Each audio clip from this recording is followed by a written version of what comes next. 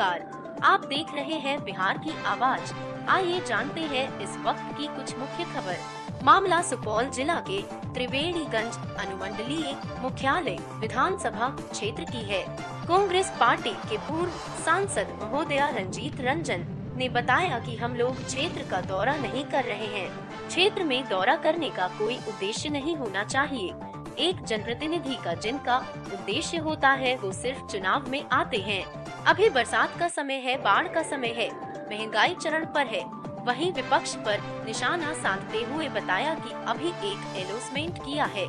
देश की हालत ऐसे है कि 6 लाख करोड़ लेने के लिए देश की संपत्ति को लीज पर दे रहे हैं, किराए पर दे रहे हैं। पहली बार सुना है, पहली बार समझा है। किसान की हालत बद से बदतर है। दूसरी तरफ युवा बेरोजगार हैं। इस महंगाई से किसानों पर कितना असर पड़ रहा है, आम आवाम पर कितना असर पड़ रहा है। क्षेत्र और जिले का हालत बद से बदतर है। हम लोग क्षेत्र में लोगों मिल रहे हैं, देश के हालात के विषय विचार विमर्श कर रहे हैं। आश्चर्य नहीं होगा कि जिस घर में हम लोग बैठे हैं, क्या पता इस घर को मोदी साहेब किराए पर दे दे। पता चला अडानी साहेब आकर हमारे घर का किराया मांग रहे हैं। वहीं जाति जनगणना की बात की जा रही है। मोदी साहेब को मनाने में लगे हुए हैं। जब आप लोग सत्ता में हैं तो जाति जनगणना के लिए मोदी साहेब को मनाने की क्या जरूरत है। इसका मतलब है कि आप लोगों में अनबन है। जब आप पूर्ण रूप से सत्ता में नहीं थे तो बिहार को विशेष राज्य का दर्जा की मांग कर रहे थे, लेकिन अब क्या हुआ, बिहार के विशेष राज्य का दर्जा।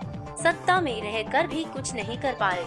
आइए सुनते हैं और क्या कुछ कह रही है कांग्रेस के पूर्व सांसद महोदया रंजीत रंजन की जुबानी। सुपौल से जिला ब्यूरो चीफ बलराम कुमार की रिपोर्ट। आप क्षेत्र का दौरा कर रही हैं, क्या पर्पज है आपका, मुख्य उद्देश्य क्या है आपका? देखिए, क्षेत्र में दौरा करने का कोई उद्देश्य नहीं होना चाहिए एक जनप्रतिनिधि का। जिनका उद्देश्य होता है वो चुनाव में आते हैं। क्योंकि अभी बरसात का टाइम है, बाढ़ का टाइम है और महंगाई चरम पर है। अभी भाजपा ने एक और अनाउंसमेंट कर दिया है। देश के हालात ऐसे हैं कि 6 लाख करोड़ रुपए लेने के लिए वो देश की संपत्ति को लीज पे दे रहे हैं, किराए पे दे रहे हैं। पहली बार ये सुना है, समझा है हम लोगों ने। एक तरफ किसान की बदतर हालत है, दूसरी तरफ युवाओं को रोजगार नहीं मिल रहा है।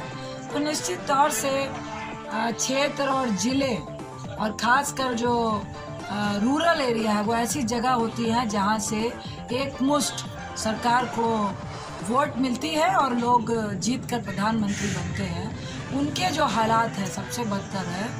तो निश्चित तौर से हम लोगों का ये निश्चित ये रहता है कि लोगों से मिले, बात विचार करें, विमर्श करें। आखिर महंगाई से किसानों पे कितना असर पड़ रहा है, आम आवाम पे कितना असर पड़ रहा है, एक ग्रामीण युवा पे कितना असर पड़ रहा है, महंगाई का कितना असर पड़ रहा है। तो विचार विमर्श कर रहे हैं।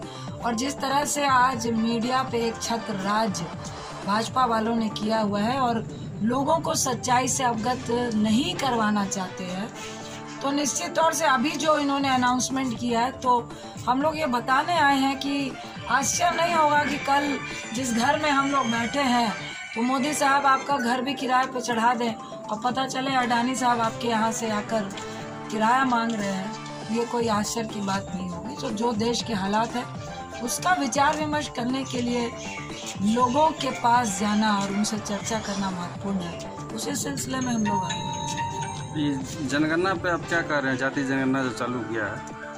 देखिए, चालू नहीं हुआ है, मांग रखी गई है जिसमें विपक्ष के साथ साथ नीतीश बाबू जो मुख्यमंत्री हैं वो भाजपा के साथी हैं, वो भी जाकर मोदी जी से गुहार लगा रहे हैं। एक तरफ आप उनके साथ में हैं, एक तरफ आप गुहार लगा रहे हैं। तो यहीं से नियत पे लगता है जैसे कि खोट है। अगर जातीय जनगणना आपको इतनी आवश्यक लगती है तो आप सत्ताधारियों के साथ हैं, सत्ता में उनके साथ हैं, आपकी भागीदारी है। तो आखिर क्या वजह है कि आप उनको मना नहीं पा रहे हैं। इसी तरह से बिहार को विशेष राज्य के दर्जे की भी बात थी। जब आप अलग थे तो विशेष राज्य के दर्जे की बात करती थी। जातीय जनगणना हर जात के लिए जरूरी है, बशर्ते कि राजनीतिक व्यक्तियों के नियत पे खोट न। आप क्षेत्र भ्रमण कर रहे हैं, विकास में क्या स्थिति है? देखिए, आपको हमने बताया कि हम आप ही से पूछते हैं, आप अभी मोटरसाइकिल से आए हैं तो पेट्रोल कितना रुपए का भरा है और आपकी तनख्वाह कितनी है? क्या मोदी साहब ने आपकी तनख्वाह और पेट्रोल के खर्चे को बैलेंस किया है क्या? जो कांग्रेस हमेशा करती थी, जो यूपीए की सरकार करती थी। आज अगर आपका तनख्वाह 20,000 है और आपका खर्चा कांग्रेस के वक्त अगर 12,000 था, तो आज की तारीख में अगर तनख्वाह 25,000 है तो खर्चा आपका 45,000 मोदी साहब ने कर दिया है, क्योंकि अडानी अंबानी का भी खजाना भरना है। तो जो सिचुएशन है उस पे आप विकास की बात तो छोड़ दीजिए, जो अपने घर का विकास या अपने घर का पेट भर रहे थे, जो 2 रुपए की नौकरी कर रहे थे, आज करोड़ों लोग की नौकरी भाजपा सरकार के आने के बाद चली गई है। पहले नोटबंदी ने ली, फिर आपके कोरोना ने ली, फिर रही सही कसर आपके जीएसटी ने पूरी की। अब पूरी कसर आपके पेट्रोल और डीजल और किरासन तेल और रसोई गैस के दाम ने रखकर, मुझे लगता है ये कमर तोड़ने वाली भी बात नहीं है, ये तो लोगों को जान से मारने वाली बात है। आप ही बताइए, 450 रुपये सब्सिडी का सिलेंडर, यही भाजपा वालों को महंगा लगता था, और आज सब्सिडी भी हट गई है, ऊपर से हर बार 50 रुपये बढ़ा दिए जाते हैं। मुझे लगता है लगभग 950 रुपये 1,000 रुपये गैस सिलेंडर का दाम है। कहाँ गई सब्सिडी, कहाँ गई उज्ज्वला योजना? और आज पेट्रोल डीजल 107 रुपये से 96 रुपये डीजल है। और अफसोस है कि जब 65 रुपये 120 रुपये कच्चा तेल था, तब कांग्रेस की सरकार 34 रुपये डीजल और 44-50 रुपये के करीब पेट्रोल था, और बहुत महंगा हुआ तो 60 रुपये गया था। और आज 42 रुपये कच्चा तेल है और 107 रुपये आप पेट्रोल का ले रहे हैं, 96 रुपये लगभग जगह में आप डीजल का ले रहे हैं। किरासन तेल का रेट हमको लगभग 1.5 गुना हो गया है, दाल का रेट लगभग 1.5 गुना हो गया है, प्याज का, टमाटर का, आलू का 1.5 गुना हो गया है। दूसरी तरफ आप विकास की बात बोल रहे हैं। आप अपने घर में अपने पत्नी से पूछ लीजिए कितना विकास हुआ, हमसे पूछने की जरूरत नहीं पड़ेगी।